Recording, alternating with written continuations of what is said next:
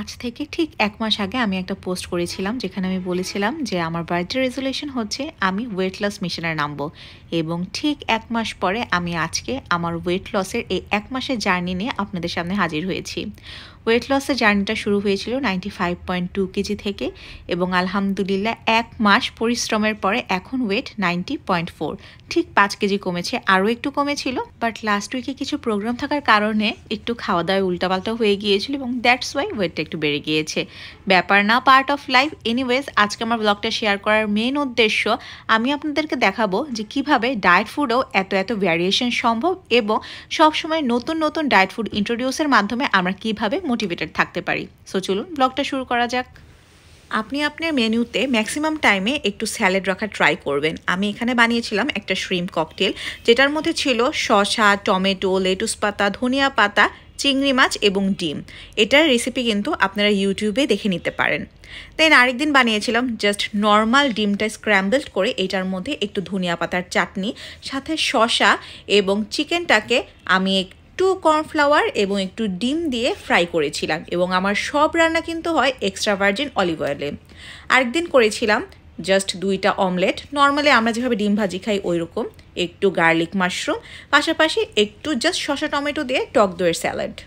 Maximum টাইমে আমি স্যালাডগুলো টক দই দিয়েই বানাই, বাট হ্যাঁ আমি কিছু সস ইউজ করি, লাইক আমি একটু চিলি সস ইউজ করি। আমি বারবিকিউ চিকেন বানিয়েছিলাম ওই দিন এবং সাথে একটু গাজরও বারবিকিউ সস দিয়ে সটে করে নিয়েছিলাম। তারপরে এই দিন আমার এত ইচ্ছা করছিল যে অনেক রকমের আইটেম খাবো, লাইক আমি একটু চাইনিজ ভেজিটেবল খেয়েছিলাম, হাফ ডিম খেয়েছিলাম, 1 পিস মুরগি, সাথে একটু টমেটো এবং একটু ডাল। মাঝে মাঝে যেমন অনেক আইটেম খেতে ইচ্ছা করে, মাঝে মাঝে আবার ডায়েট ফুডটা খুবই সিম্পল রাখতে ইচ্ছা করে। আরেকটা কথা, আমি কিন্তু দিনে এই একটা মিলই নেই, সারাদিনে আমি আর কিচ্ছু খাই না, একটা ডাব খাই। বাট হ্যাঁ, যেহেতু আমরা মা, অনেক সময় দেখা যায় যেভাবে প্রপারলি আমাদের আসলে ডায়েটটা মেনটেন করা হয় না, বাচ্চাদের কিছু খাবার অবশিষ্ট রয়েই যায়, লাইক 1-2 লোকমা আমার আওয়াইশাকে প্রতিবেলা খাওয়ানোর পরে একটু খেতে হয়। আমি 1 মাসে 3 থেকে 4 দিন গরুর মাংস খেয়েছি এবং ম্যাক্সিমাম ডেতে আমি চিকেনটাই প্রেফার করেছি, মাঝে মাঝে মাছ খেয়েছি। ডিমটাকেও কিন্তু আপনারা এক এক দিন এক একভাবে খেতে পারেন। এক ভেজিটেবল অমলেটই আপনি জাস্ট ভেজিটেবলটা চেঞ্জ করে দিলে এটার টেস্ট কিন্তু অনেক ডিফারেন্ট হয়ে যাবে। যেহেতু ওই দিন ডিম ভাজির মধ্যে অনেক ধরনের ভেজিটেবল ছিল, তাই আলাদা করে কোনো ভেজিটেবল খাইনি, সাথে ছিল বাটার গার্লিক চিকেন। একটা আইটেমে 1 মাসে আমি কয়েকবার রিপিট করি এবং সেটা হচ্ছে পটল ভাজি। এই পটল ভাজির রেসিপিটা আমি আমার ব্লগে দিয়েছিলাম। সেটা হচ্ছে পটলটাকে কেটে সব মশলা মেখে জাস্ট ডাল আর ডিমের মধ্যে চুবিয়ে আমার এক্সট্রা ভার্জিন অলিভ অয়েলে ভেজেছি। সাথে ছিল এই স্যালাডটা, এটা যে এত মজা ছিল, এটা একটা চিকেন স্যালাড, বাঁধাকপি গাজর দিয়ে করা, খুবই ইয়ামি ছিল।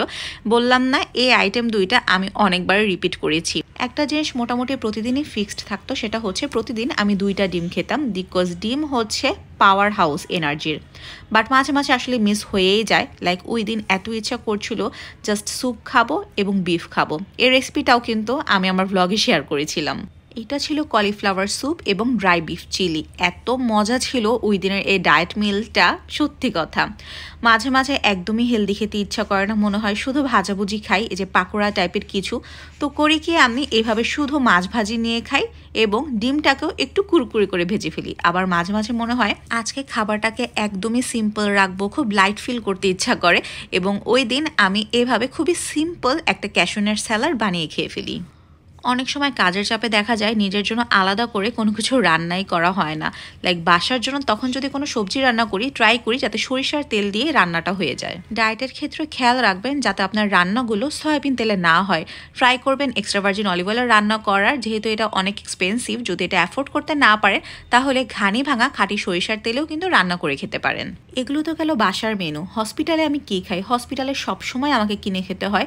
ম্যাক্সিমাম দিনই আমি এ ধরনের নর্মাল চাইনিজ ভেজিটেবল অথবা ক্যাশিউনাট স্যালাডটা কিনে খাই, বাট ইদানিং এই আইটেমটা আমার এত বেশি মজা লাগে। এটা ট্রোভেলের একটা স্টাফড চিকেন, এটা খেলে একদম ফুল হয়ে যায়, প্লাস টেস্টও অনেক বেশি মজা। আমি বলবো না আমি 1 মাসে অনেক কিছু করে ফেলেছি, বাট যেহেতু আমার হাইপোথাইরয়েডিজম আছে, প্লাস অনেক কিছুই মেনটেন করা হয় না, এক্সারসাইজ করা হয় না, ঘুম ঠিক মতো হয় না, তাই আমি বলবো যে যতটুকুই আগাচ্ছি আলহামদুলিল্লাহ, ট্রাই করবো ইনশাল্লাহ আমার লক্ষ্যে পৌঁছানো এবং আপনাদের সাথে আমার সব আপডেট শেয়ার করা। Thank you for watching. Allah হাফেজ।